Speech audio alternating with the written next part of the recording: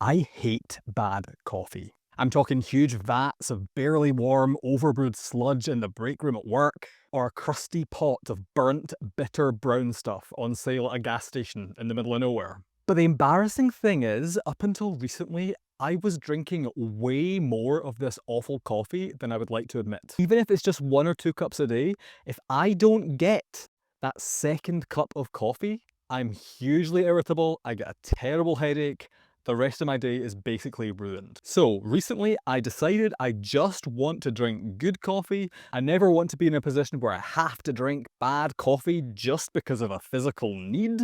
So I undertook a caffeine reset, a caffeine holiday, vacation. Ultimately, I kicked my caffeine addiction. So what actually happens on this caffeine break, this caffeine reset? How bad is the withdrawal? How long does it last? Let me tell you. Day one is going to suck.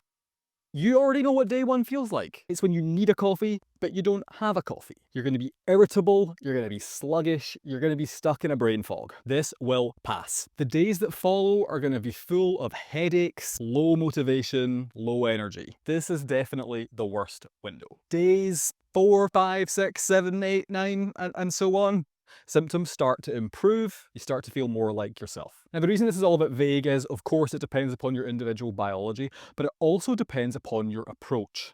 Are you going cold turkey and saying, no more caffeine, I'm done? Or are you going to try and land the plane a bit more smoothly and taper off? Let's talk about the differences. Now, full disclosure, I went with the cold turkey approach because I had a really bad case of food poisoning. Cold turkey is definitely the most intense withdrawal that you will experience, but it does get you through and out of the woods the most quickly. On the other hand, you can taper down how much coffee, how much caffeine you're having each day, either by just drinking less coffee, switching to decaf, yuck, or trying to introduce some caffeinated teas that will still give you a little bit of caffeine, but not nearly as much as you're used to, and then slowly you land that plane at 0 caffeine. At any given moment, your withdrawal symptoms will probably be less bad, but the amount of time that you'll be experiencing those symptoms will be longer than with cold turkey. So, pick your poison. Now, chances are in this window, you're going to still have to be a functional human being, whether at work, at school, with your family,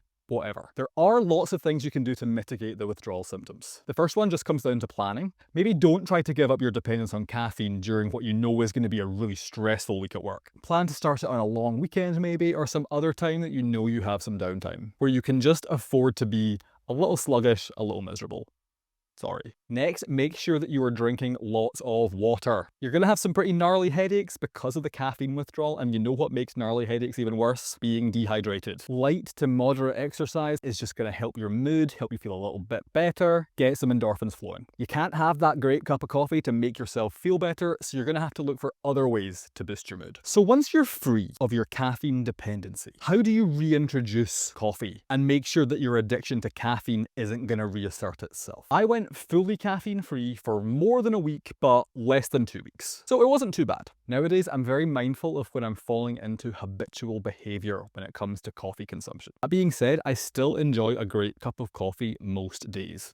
Sometimes even 2. I'm mindful of also swapping in some other lower caffeine drinks as well. I also make sure that I have a caffeine-free day every so often, both to make sure I'm breaking any dependency cycle that is starting, but also to test, hey, am I going to get any withdrawal if I don't have coffee today? If I do start to notice any symptoms, I realized, I'm drinking too much coffee.